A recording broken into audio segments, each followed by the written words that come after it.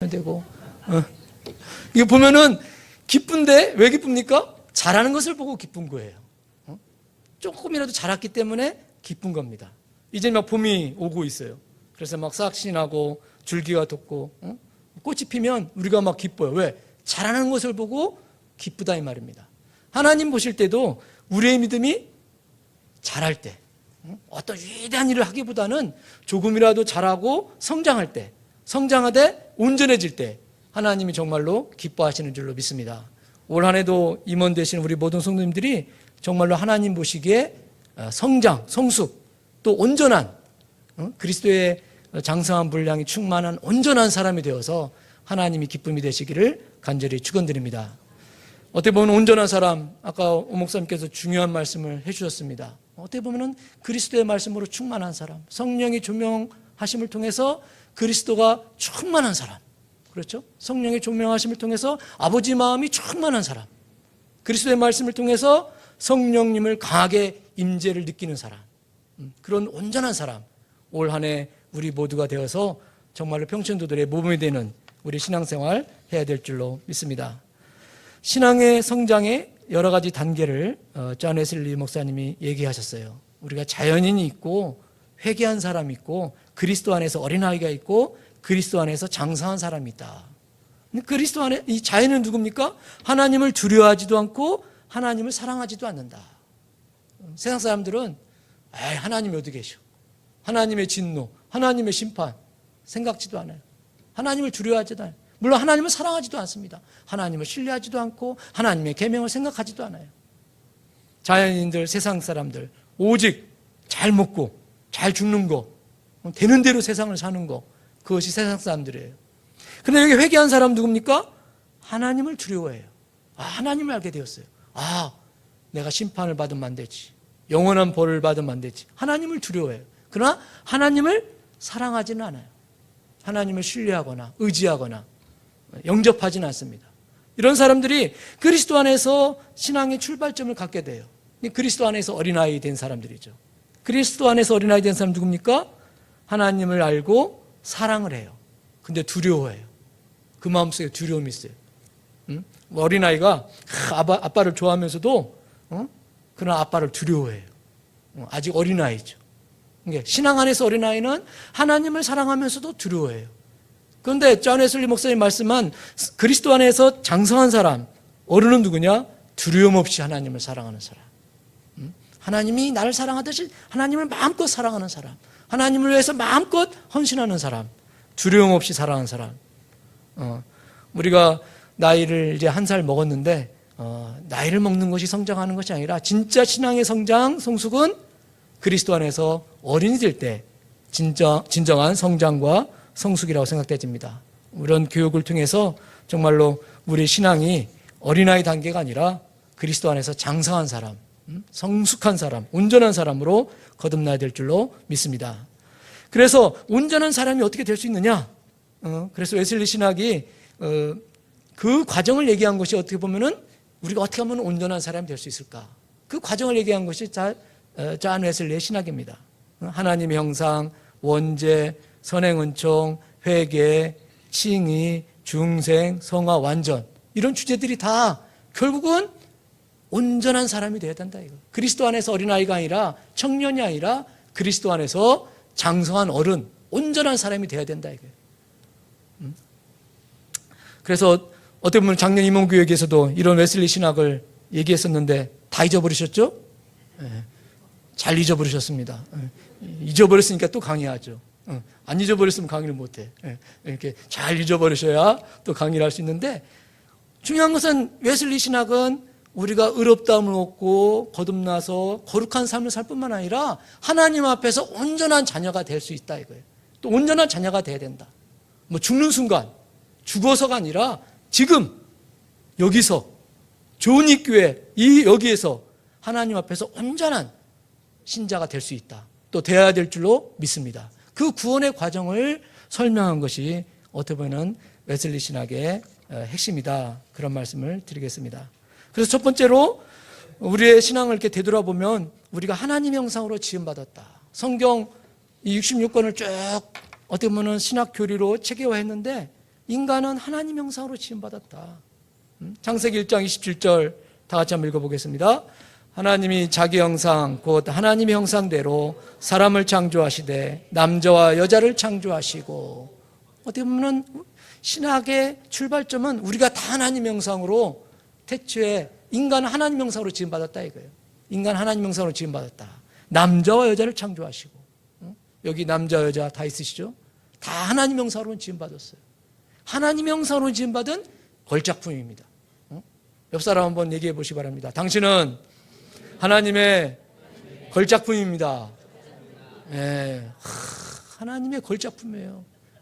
그래서 웨슬리가 지금 영국의 위쪽에 그 지역에 그 탄광촌들이 많았는데 거기 가서 막 복음을 전했는데 그 일기를 보면 그런 이야기가 있어요. 왜 그 시대 신사들한테 복음을 전하지 않고 그 광부들, 석탄 캐는 광부들한테 가서 복음을 전했느냐?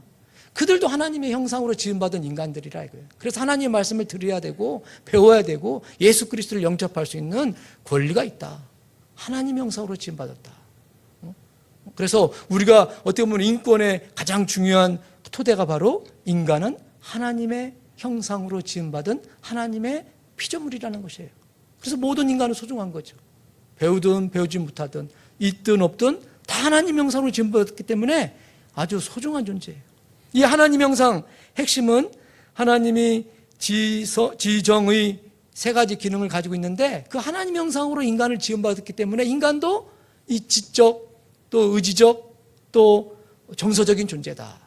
그래서 하나님이 우리를 알듯이 우리가 하나님을 알고, 하나님이 의지하는 바를 우리가 의지하고, 하나님이 기뻐하는 바를 우리가 기뻐한다. 인간은 영적인 존재인데 하나님 영이시기 때문에 영의 이미지를 따라서 우리를 지었는데 그 영은 세 가지 기능을 한다 이 말이에요. 지정의, 하나님이 나를 알듯 우리가 하나님을 알고. 태초 인간은, 창조된 인간은 하나님을 아는 존재예요.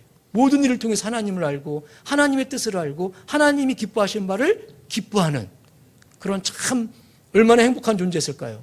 모든 일을 통해서 하나님을 알고 하나님 뜻을 알고 하나님이 행하시는 바를 행했기 때문에 처음 인간은 행복 그 자체였을 거예요. 하나님 형상으로 지음받은 본래 인간은 그래서 하나님 신뢰, 하나님 순종, 하나님의 사랑으로 충만한 온전한 존재였다. 이 존재가 죄로 말미암아 타락을 했죠. 그래서 하나님 주신 이 자유를 잘못 사용했을 때, 불순종하는 말미암아 하나님을 떠나게 되었어요. 하나님과의 관계가 파괴되었고 하나님의 형상을 상실했어요. 그래서 영혼이 전적으로 부패했습니다. 하나님을 알고 하나님을 신뢰하고 하나님을 사랑하는 존재가 하나님을 알지 못하고 우상을 숭배하고 하나님 뜻대로 사는 것이 아니라 자기 교만대로, 자기 교만대로, 자기 의지대로 살고, 또 하나님을 사랑하는 바를 사랑하는 것이 아니라 자기가 사랑하는, 자기 욕망을 사랑하는 그런 짐승적인 존재가 되었습니다. 이게 타락한 인간이죠. 그래서 인간은 이제는 타락해서 하나님을 알지 못해요. 본래 하나님 형상으로 지음받은 인간은 모든 일 가운데 하나님을 알고 하나님의 뜻을 행했지만 타락한 인간은 하나님을 알지 못합니다. 아무리 응앙하는 어린아이가 예뻐 보이지만 태어난 아이는 하나님을 알지 못해요. 모든 인간은 무릇 하나님을 떠난 존재다 이거예요. 그래서 로마서 3장 10절 12절에 보면은 의인은 없나니 하나도 없으며 깨닫는 자도 없고 하나님을 찾는 자도 없고 다 치우쳐 함께 무익하게 되고 선을 행하는 자가 없나니 하나도 없다.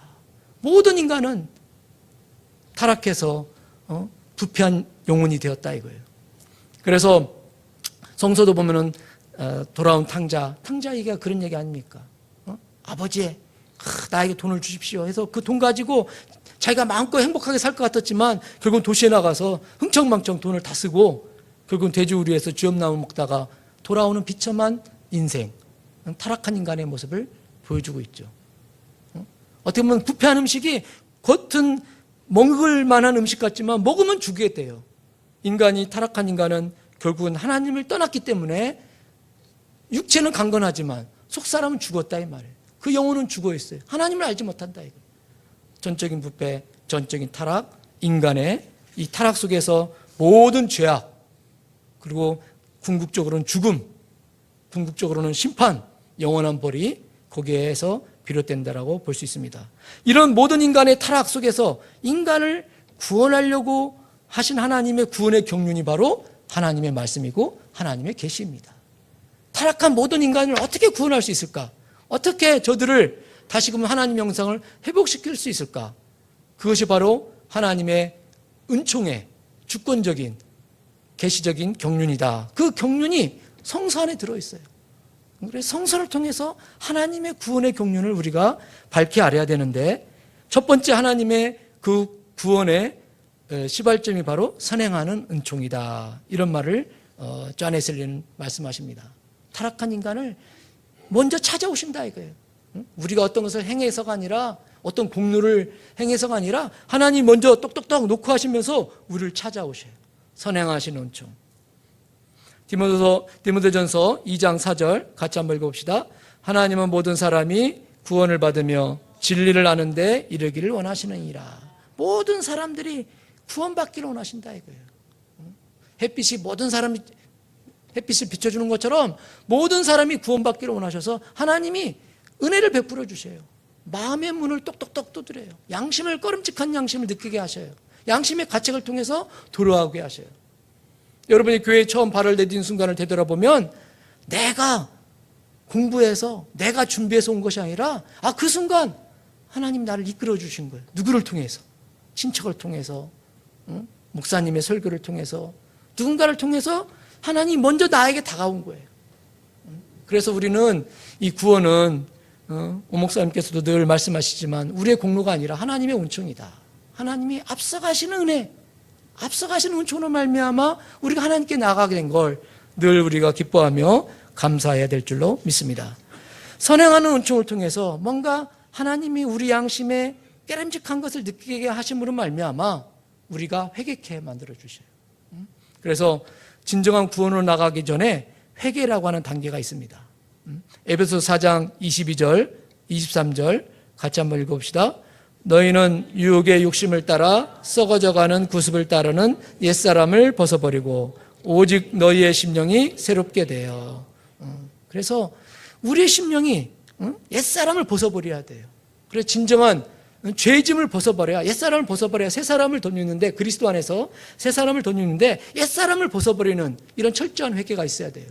상당히 회개한다고 해서 구원받는 건 아니지만 선행하는 은총, 성령님의 어떤 노크를 통해서 자기의 죄를 깨닫고 철저히 회개하는 이런 회개. 근데 알고 보면 이 회개도 하나님의 은혜예요. 그래서 아까 말한 선행하시는 은혜, 회개케 하는 은혜. 하나님이 은혜 주셔서 회개한다 이 말이에요.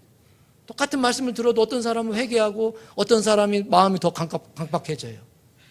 그러나 하나님 은혜 주시면 회개해서 그 마음이 부드러워지고 그 마음이 자기의 죄악을 토설하게 된다 이거예요. 그래서 제자들이 그물을 버려두고 주님을 따랐다. 참 그물이라는 게 얼마나 소중한 겁니까? 자기의 생계, 가족을 살릴 수 있는 그 중요한 이 세상의 가치의 전부가 그물 아닙니까? 근데 그것을 버려두고 하나님의 사람을 낚는 하나님의 사람으로, 땅의 사람이 하늘의 사람으로 방향이 턴한 거예요. 이런 불신자가 하나님의 사람으로 방향이 턴하는 그런 회개의 은총, 하나님의 은총을 통해서 우리가 이 구원의 길로 나아가게 된 거죠. 회개를 통해서 진정한 구원의 시작, 어디로 가야 됩니까? 그것을 신학적으로는 칭이라고 하는 단어를 쓰고 있습니다. 어떻게 보면 우리가 구원받았다고 하는 것은 의롭다함을 얻었다, 이런 고백일 수 있어요. 근데 의롭다함이라는 단어는 상당히 어려운 단어인데, 핵심은 우리를 칭이라는 단어의 핵심은 뭐냐면은 우리가 십자가 안에서 내 죄가 용서받았다고 하는 확신이에요. 예수님이 날 위해서 죽으셨다. 예수님이 죽으심을 통해서 내 죄가 용서받았고 하나님과 내가 화해되었다. 그래서 내가 하나님의 자녀가 되었다고 하는 이 은혜, 내가 주님 앞에서 하나님의 자녀로, 의로운 자녀로 일컬음을 받게 되었다라고 하는 이런 칭의의 은혜, 이것이 진정한 구원의 토대고 출발점이다, 이렇게 볼 수 있습니다. 그래서 에베소서 2장 8절에 보면 중요한 웨슬리 목사님이 강조하는 성경 구절이에요. 다 같이 한번 읽어봅시다. 너희는 그 은혜에 의하여 믿음으로 말미암아 구원을 받았으니 이것은 너에게 난 것이 아니요 하나님의 선물이라. 네, 오 목사님께서 늘 강조하시는 것처럼 우리의 행위가 아니라 십자가에서 내 죄를 주님이 대속해 주셨단 말이에요. 날 위해서 죽으셨다 이 말이에요. 그 죽으심을 믿는데 세상 사람들은 알면서도 믿지 않아요. 박살을 딴 사람은 알면서도 믿지 않아요. 근데 하나님이 은혜 주셔서 십자가에서 내 죄를 주님이 대속해 주셨다고 하는 믿음을 갖게 된다 이 말이에요. 그 믿음으로 말미암아 내가 하나님 앞에 용서받고 하나님과 화해되어서 하나님의 자녀되었다고 확신. 이런 칭의의 은혜가 우리의 신앙의 토대고, 이 칭의의 은혜를 늘 우리가 하나님 앞에서 감격하며 감사해야 될 줄로 믿습니다. 웨슬리나 루터도 마찬가지예요. 그럼 로마서 1장 17절 복음에는 하나님의 의가 나타나서 믿음으로 믿음에 이르게 하나니 기록된 바 오직 의인은 믿음으로 말미암아 살리라. 루터도 이 말씀을 통해서 복음의 진리를 깨달았고, 웨슬리도 똑같이 이 말씀을 통해서 진리를 깨달았는데, 하나님의 의가 능동적인 의인 줄 알았어요. 내가 노력하고 내가 헌신하고 내가 충성해서 의로워지는 줄 알았는데 그것이 아니라 이미 십자가에서 하나님이 의를 이루셨다 이 말이에요. 주님께서 대속의 죽음을 통해서 의를 이루셔서 그 의를 믿을 때 그 의가 나의 의가 된다 이거예요. 믿음으로 말미암아 의가 전가된다. 그래서 의의 전가, 칭의란 단어를 이야기하고 있습니다. 우리에는 늘 이 칭의의 신앙을 잃어버려서는 안 됩니다. 우리가 믿음으로 말미암아, 행위가 아니라 믿음으로 말미암아, 하나님의 은혜에 의한 믿음으로 말미암아 내 죄가 사해졌다고 하는, 십자가에서 주님이 나를 위해서 죽으셨다고 하는, 그래서 내가 죄가 사해졌고 하나님과의 관계가 회복되어서 하나님과 자녀됐다고 하는 이 칭의의 은혜를 늘 입술로 고백하고 감격하고 또 이 칭의의 그 기쁨 안에 거하는 우리의 삶이 되어야 될 줄로 믿습니다. 그래서 존 웨슬리 목사님이 1738년 5월 24일 날 이 고백이 있는 거예요. 어떻게 보면 여기에 보면 칭의와 중생, 성화가 같이 있는데, 나는 나의 마음이 이상하게 뜨거워진 걸 느꼈다. 나는 오직 그리스도만을 신뢰한다는 것을 느꼈다. 주님이 나의 죄, 사망의 율법에서 나를 해방시켰다는 것을 나는 확신하게 되었다. 그런 1738년 5월 24일 웨슬리의 목사님의 고백도 바로 그겁니다. 십자가에서 그렇게 경건훈련하고 봉사하고 구제했지만 그걸 통해서 십자가에서 주님이 나를 위해서 죽었다는 확신을 얻을 수 없다 이거예요. 중요한 건 뭐냐?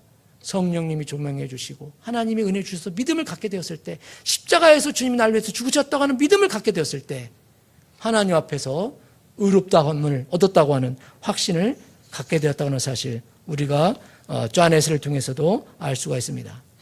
그러나 칭의의 은혜가 중요하지만 오늘은 좀 시간을 좀 급하게 가지만 그 단계가 있다 이거예요. 칭의를 넘어서야 돼요.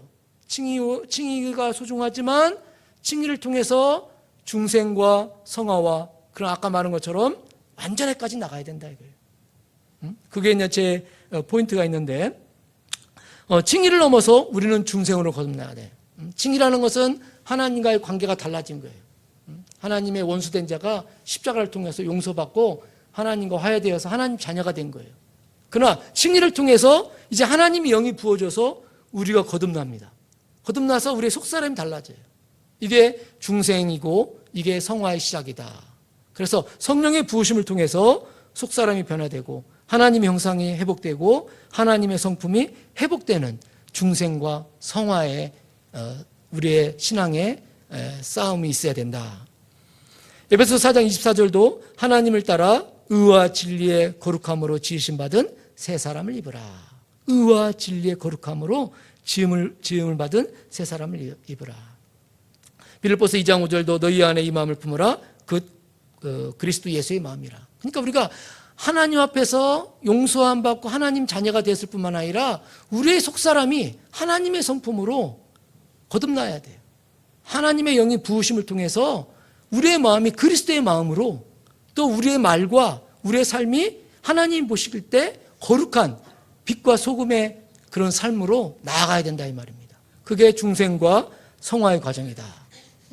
그래서 어떻게 보면 루터가 칭의를 얘기했는데 존 웨슬리 목사님은 예수님을 마음에 모시고 또 성령님의 조명하심을 통해서 우리의 속사람이 빛으로, 또 우리의 삶이 하나님의 영광을 나타내는 빛과 소금으로 존귀한 하나님의 자녀의 삶을 살아나가야 된다는 거예요.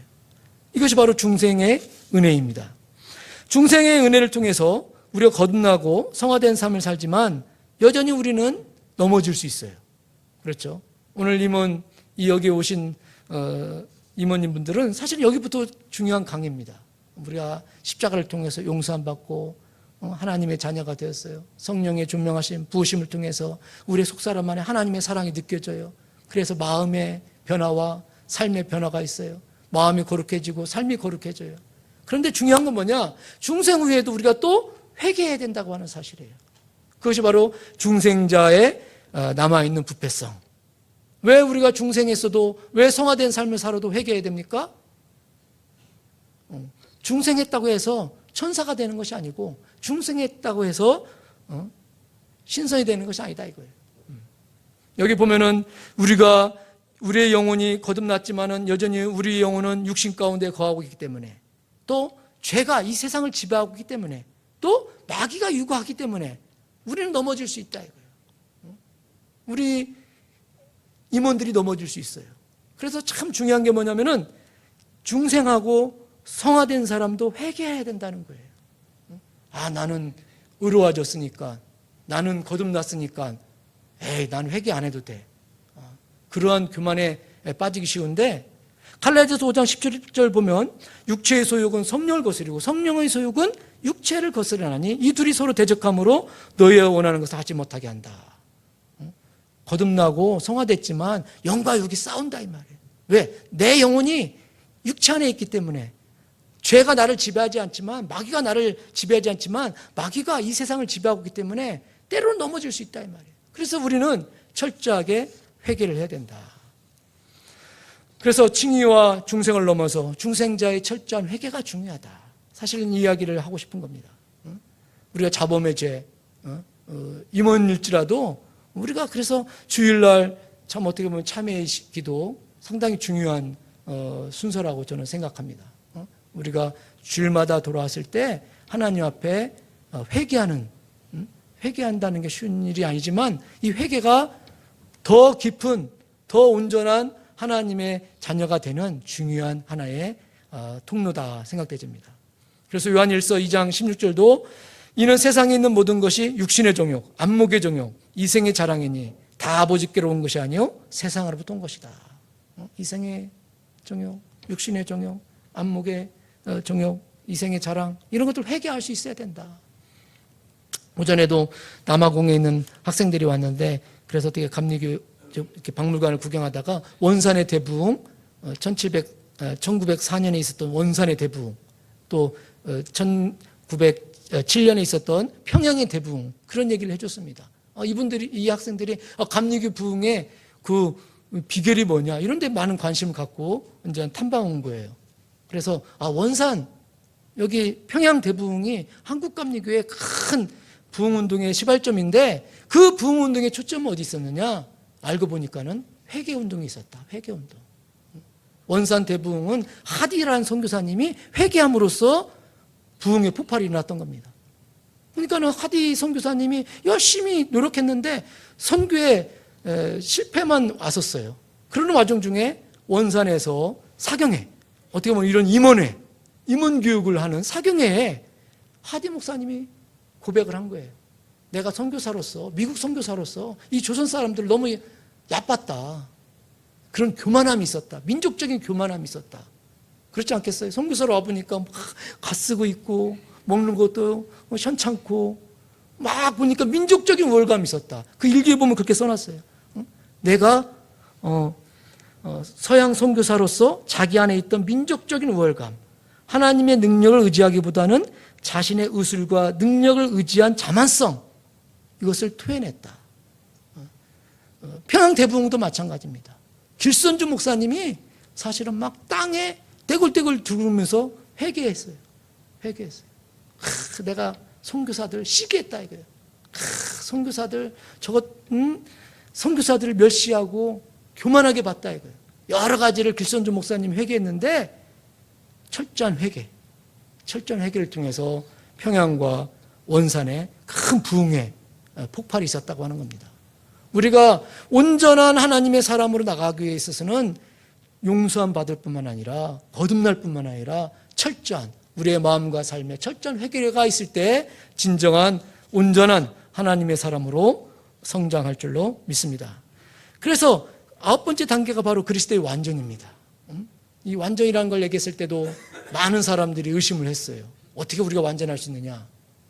칼빈 교회에서, 루터란에서, 웨슬리 당시에도 그랬어요. 어떻게 우리가 완전할 수 있느냐? 근데 아까 말한 것처럼 우리가 믿는 일과 아는 일이 하나 되어 온전한 사람이 될 수 있다 이거예요. 또 그리스도의 장성한 분량까지 온전한 사람이 돼야 된다. 온전한 사람이 누굽니까? 하나님이 나를 알던 내가 하나님을 알고, 하나님이 의지한 바를 내가 의지하고, 하나님이 기뻐한 바를 내가 온전히 기뻐하는 그런 하나님의 신뢰, 하나님의 순종, 하나님의 사랑으로 충만한 사람, 하나님 사랑과 이웃 사랑으로 충만한 사람, 하나님의 온전한 사람인 줄로 믿습니다. 그래서 에베소 4장 우리가 9절 말씀 다시 한번 적어놨습니다. 다 같이 다시 한번 읽어봅시다. 우리가 다 하나님의 아들을 믿는 것과 아는 일에 하나가 되어 온전한 사람을 이루어 그리스도의 장성한 분량이 충만한 데까지 이르느니. 우리가 믿고 아는 일에 하나 되어서 온전한 사람이, 그리스도의 장성한 분량이 충만한 온전한 사람, 어떻게 보면 그리스도의 충만하심으로 가득한 사람, 영어 성경에 보면은 fulness, 그리스도의 가득함으로 온전한 사람, 충만한 사람, 그게 성숙한 완전한 사람인데, 웨슬리 당시에도 그런 논쟁이 있었던 것처럼 우리가 완전하면 너무 완전을 높게 생각하고 또 완전을 너무 낮게 생각하는데, 웨슬리 목사님도 완전을 너무 높게 생각하지도 말고 너무 낮게도 생각하지 말라. 너무 높게 생각하는 사람을 완전을 절대적 완전으로 생각하는 거예요. 절대적 완전은 누굽니까? 완전하신 분은 하나님밖에 없어요. 우리가 그리스도 안에서 완전한 사람이 돼야 되는데 사실 절대적 완전은 하나님밖에 없는 거예요. 그런 완전한 사람이 되자는 게 아니에요. 우리는 시간적으로 24시간을 살아야 돼요. 새끼 먹어야 돼요. 그렇죠? 또 실수할 수도 있어요. 그렇죠? 또 잃어버릴 수도 있어요. 성도님 이름을 내가 잃어버릴 수도 있어요. 까먹을 수도 있다 이 말. 그러면 온전하지 않는 거냐? 너무 완전을 높게 생각하는 거예요. 근데 웨슬리 목사님 말하는 완전이라는 것은 하나님을 신뢰하고 하나님을 사랑하고 하나님의 뜻에 순종하는데 완전. 다시 말하면은 죄로부터 멀어지고 하나님을 사랑하는데 온전한 완전. 그런 완전을 얘기한 겁니다. 그러니까 죄는 없어요. 악한 생각을 하지 않고 악한 기질이 없고, 그러나 하나님을 사랑하고 하나님을 섬기는 데 있어서는 온전한, 순수한 시각에서 하나님을 신뢰하고 하나님을 따르고 하나님을 예배하는 그런 신앙의 온전함. 온전을 너무 낮게 생각해서 거듭나면 완전한 거지. 아까 말한 것처럼 용서받으면 완전한 거지. 용서와 거듭남이 있지만 우리는 더 완전해져야 돼. 여기서 말하는 완전은, 성화는 아까 말한 것처럼 육과 영이 갈등하는 거예요. 그렇죠. 자꾸 넘어져요. 그러나 죄가 떠나요. 그리스도가 가득 차면은 죄가 떠납니다. 그리스도로 충일하면은 아까 말한 그리스도의 충만함으로 가득하면 죄가 없는 상태예요. 그러니까 성화와 완전은 다른 거예요. 어떻게 보면 성화보다 더 고귀한 신앙의 단계인데, 감리교 신학에서 말하고 있는 완전은 그리스도로 충만한, 우리의 영혼이, 우리의 마음이 그리스도의 충만함으로 가득한 그런 신앙생활을 하자. 그것이 바로 성서적인 신앙이고 그것이 바로 감리교 신학의 중요한, 어떻게 보면 골자다. 그런 말씀을 드리겠습니다. 우리가 죽어서 완전이 아니라 죽는 순간, 어떻게 보면은 그 당시도 루터란들은 내가 죽어서 내 영혼이 육체를 벗는 순간 완전해진다. 가톨릭 신자들은 죽어서 연옥이나 거쳐서 완전해진다. 하지만 조한 웨슬리 목사님은 지금 우리는 온전한 하나님 자녀가 될 수 있다. 사실 효자가 다 부족하지, 어떻게 효자가 있을 수 있겠어, 이럴 수도 있습니다. 그렇죠? 그러나 그 순간 부모님을 진정으로 순수한 마음으로 섬기고 있다 한다면 효자예요. 그렇죠? 순수한 마음으로 온전히 부모를 사랑하고 섬기고 있다 한다면 효자인 거예요. 그러니까 이 완전을 너무 높게도 생각하지 말고 너무 낮게도 생각하지 말자.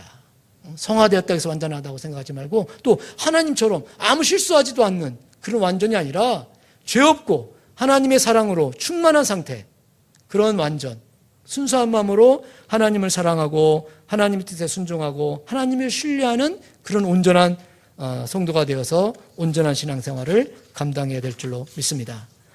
그래서 웨슬리 신학은 이렇게 하나님 형상으로 지음받았는데 인간이 자유를 잘못 사용해서 타락해서 모든 인간이 부패한 원죄 속에 있고 그 원죄 속에 있는 인간을 하나님이 다가오셔서 또 그리스도를 보내주셔서 궁극적으로 구원해 주시지만 하나님이 다가오셔서 먼저 은혜를 베푸셔서 우리를 구원해 주시는데 회개를 통해서 궁극적으로는 그리스도를 통해서 그리스도와 접붙임을 통해서 용서를 받게 하고 또 그리스도를 모심으로 거듭나고 성령의 부으심을 통해서 성화되되 여전히 죄 가운데 싸우지만 죄로부터 멀어지고 그리스도만이 가득한 그런 온전한 하나님의 백성 그런 신자가 되어서 온전한 성도의 생활을 감당해야 될 줄로 믿습니다.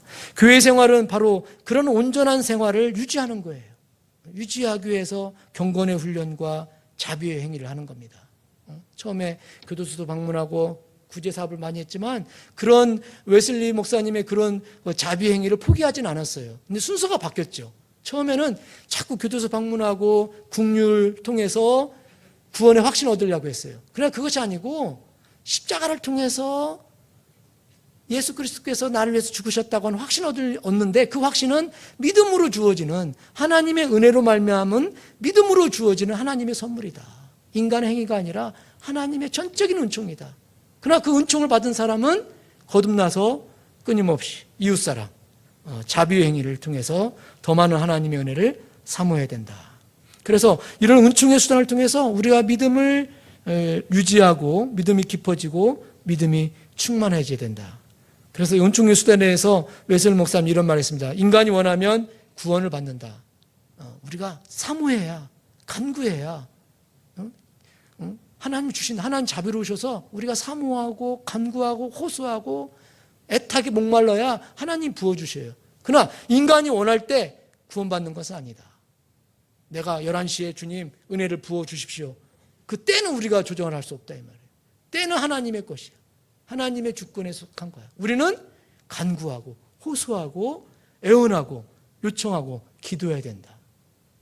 그러나 하나님 기뻐하시는 그 순간 그때 우리에게 은혜를 베풀어 주신다. 그러니까 우리가 모든 삶을 통해서 경건과 자비의 사랑의 이 모든 삶을 통해서 하나님이 은혜 주시기를 간구하고 호소할 때 불현듯 하나님이 기뻐하시는 그 순간 우리에게 칭의의 은혜를, 중생의 은혜를, 또 성화의 은혜를, 또 온전케 하는 하나님의 은혜를 우리에게 부어주실 줄로 믿습니다. 그래서 이 세 가지 물음이 어떻게 보면 임원교육의 중요한 과정이다 이렇게 생각되집니다. 앞에는 되돌아본 얘기고 임원 되신 분들한테는 이 세 가지의 질문 날마다 우리의 삶에 고백하면서 이 물음에 대한 확신이 있어야 된다고 생각되집니다. 그래서 이 말씀에 대해서 우리 임원님들은 늘 아멘으로 화답할 수 있는 우리 임원들 되시기를 바라겠습니다. 다 같이 해봅시다. 아멘. 그래서 임원 여러분, 그리스도 십자가에서 당신의 죄를 위해서 주님이 돌아가셨다는 것을 믿으십니까? 이런 칭의의 확신. 오늘도 십자가를 바라면서 저 십자가가 날 위해서 죽으신, 내 죄를 용서하신 주님이 날 위해서 죽으신 십자가다라고 하는 그런 확신. 말씀을 통해서 성령의 종묘하심을 통해서 그런 구원의 확신, 용서의 확신, 하나님의 자녀에 대한 확신, 임원 여러분들이 가져야 될 줄로 믿습니다. 사실 임원이 되기 전에 이미 하나님 자녀가 됐을 때 이런 칭의의 은총이 있었는데 이거 시간이 지나면서 희미해져요. 구원의 감격이 약해져요. 그러나 우리가 다시금 말씀과 예배를 통해서 십자가를 바라보면서 저 십자가를 통해서 주님이 내 죄를 가져가셨다고 하는, 주님이 나를 위해서 죽으셨다고 하는, 나를 용서해 주셨다고 하는 그런 구원의 확증을 우리가 이 칭의의 확증을 가져야 될 줄로 믿습니다. 두 번째는 성화의 확신이에요. 임원 여러분, 하나님의 사랑이 당신의 마음에 부어져 있습니까? 교육인데 아멘을 안 하시네. 다시 한번 해보겠습니다. 임원 여러분, 하나님의 사랑이 당신의 마음에 부어졌다는 것을 확신하십니까? 예, 자꾸 고백해야 돼요. 예배를 통해서, 찬양을 통해서, 아까 말한 은총의 수단을 통해서 하나님이 당신의 사랑의 영을 부어주신다라고 하는, 그래서 우리의 속사람이, 우리의 말이, 우리의 마음이, 우리의 삶이 변화되고 거룩해지고 주님을 증거하는 주님의 향기가 되어야 된다 이 말입니다. 그래서 로마서 5장 15절 우리에게 주신 성령으로 말미암아 하나님의 사랑이 우리에게 부음받음이니. 우리가 어떻게 새 사람 될 수 있습니까? 이 세상의 미움과 질투, 공포를 어떻게 몰아낼 수 있습니까? 막 국방 예산을 막 10조를 쓰면 100조를 쓰면 세계 평화가 올까요? 결국은 하나님의 사랑의 영이 부어져야 돼요. 악한 사람 마음속에 하나님의 사랑이 부어지지 않으면 새 사람 될 수 없다 이 말입니다. 하나님의 성령이여 오시옵소서. 당신의 영을 부어 주옵소서. 우리가 예배를 통해서 하나님의 임재, 찬양을 통해서 하나님의 임재, 기도를 통해서 하나님의 임재를 부어지기를, 또 하나님 임재가 이미 부어져 있음을 확신하고 고백하는 그런 성화의 삶 우리가 추구해야 될 줄로 믿습니다. 세 번째는 완전에 대한 확신이에요. 우리 임원 여러분 아멘으로 대답해 보시기 바랍니다. 당신은 당신의 본성을 그리스도와 함께 십자가에 장사해 지내셨습니까? 네, 십자가를 바라보면서 갈라디아서 2장 20절 내가 그리스도와 함께 십자가에 못 박혔나니 이제 내가 사는 것도 아니요 오직 내 안에 그리스도께서 사신 것이다. 참 위대한 사도 바울의 고백인데 웨슬리 목사님 설교를 보면은 완전을 뭘로 보여주었을까? 제가 이 세 가지를 이렇게 찾아냈는데 참 십자가에서 나는 죽은 거예요. 죄에 대해서는 죽고 하나님에 대해서 살았다 이 말입니다.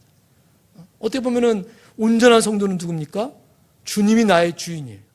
아까 말한 것처럼 주님으로 가득한 존재, 주님으로 가득한 존재, 그리스도의 장성한 분량이 충만한 데까지 그리스도로 가득한 존재. 그럼 죄는 없겠죠. 그리스도로 가득 찼으니까 죄가 생각나지 않겠죠. 악한 기질이 없겠죠. 하나님을 사랑하고 하나님께 순종하고 하나님의 신뢰로 온전하겠죠. 나는 죽고 내 안에 그리스도가 사실 때, 그리스도만이 증거될 때, 그리스도만이 나의 기쁨이고 나의 자랑될 때 온전한 하나님의 사람인 줄로 믿습니다. 나는 그리스도 안에서 십자가에서 죽고 이제 주님이 내 안에 사셨습니다. 그런 고백, 그런 간증, 그런 아멘 확신이 날마다 우리가 새 아침마다 있어야 될 줄로 믿습니다.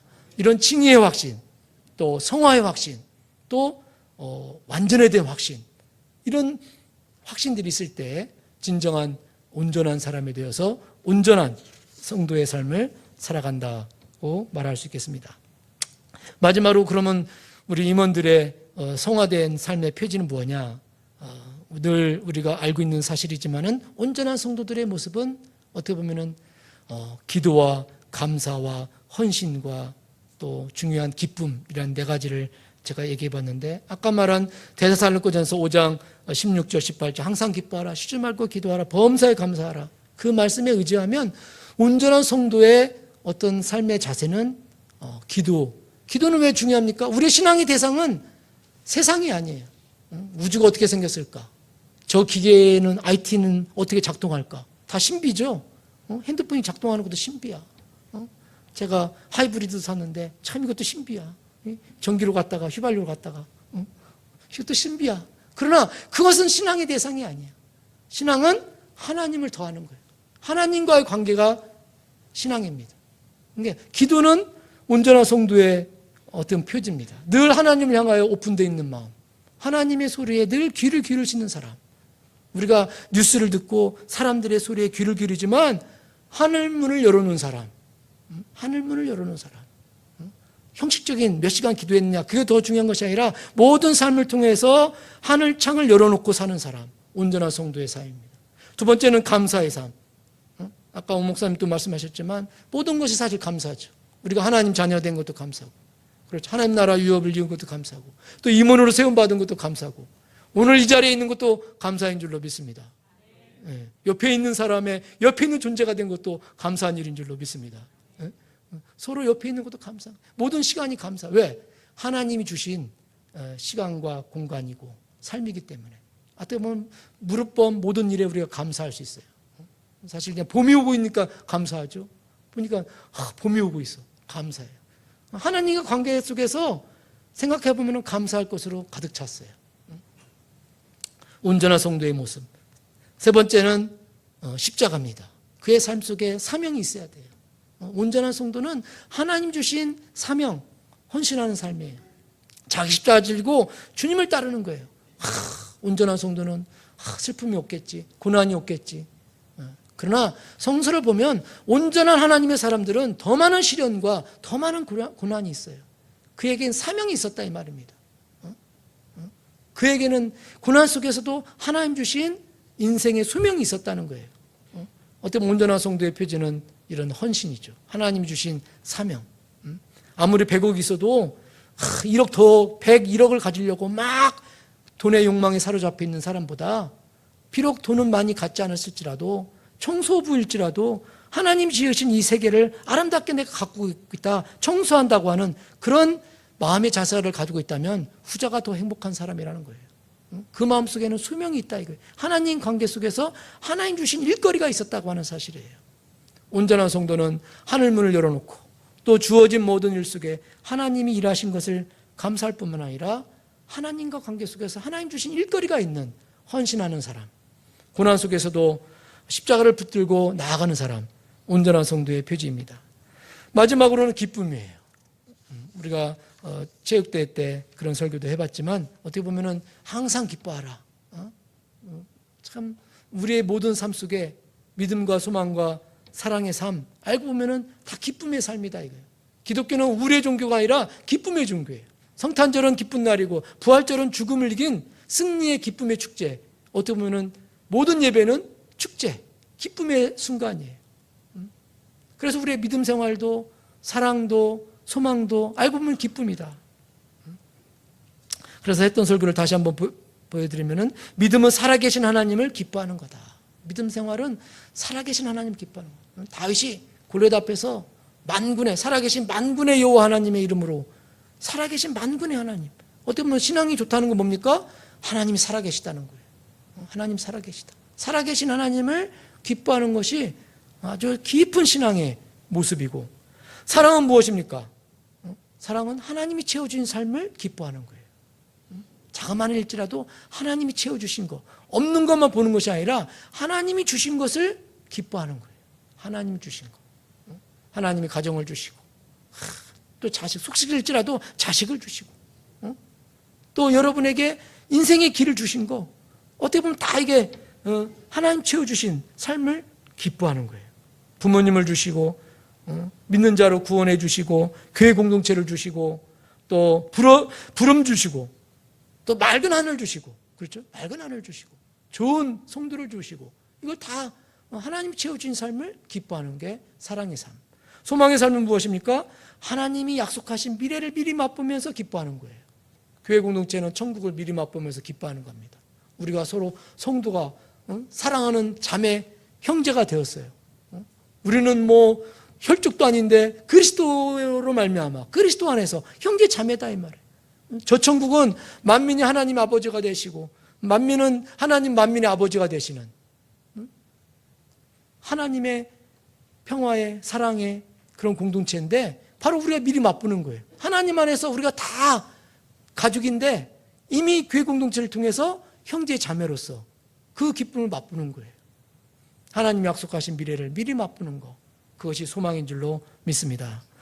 우리가 오늘 임원교육을 통해서 정말로 올 한 해도 우리가 십자가를 통해서 용서받은 것, 또 성령의 부으심을 통해서 거룩한 삶을 사는 것, 근데 한 발자국 더 나아가서 이제는 죄는 멀어지고 하나님으로 가득 찬, 그리스도의 마음으로 가득 찬, 성령님의 임재로 가득한 그런 그리스도의 가득하심으로 충만한 온전한 사람이 되어서 정말로 온전한 신앙생활, 기도와 감사와 헌신이 있는, 그러나 이런 기도와 감사와 헌신이 기쁨으로 이루어지는 그런 온전한 성도의 생활 감당하시기를 간절히 축원드립니다. 시간이 조금 지나서 서둘렀는데 좀 죄송스럽고 기도드리겠습니다. 좋으신 주님 감사합니다. 오늘 임원 교육을 통해서 우리 믿음 생활을 되돌아보게 하시고 다시금 온전한 하나님의 사람, 또 온전한 성도의 생활 바라보게 하시니 감사를 드립니다.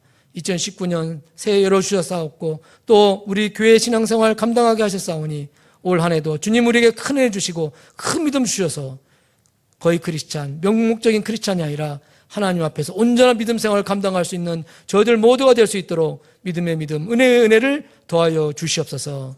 십자가를 통해서 우리가 다 용서받았음을, 구원받았음을 확신케 하여 주시옵시고 또 성령의 부으심을 통하여 우리의 속사람과 우리의 겉사람, 우리의 마음과 우리의 삶이 성화되게 하여 주시옵시고 또 나는 죽고 이젠 주님이 내 마음에 살아서 모든 일을 통해서 주님만을 증거하는 온전한 하나님의 백성들 되게 하여 주시옵소서.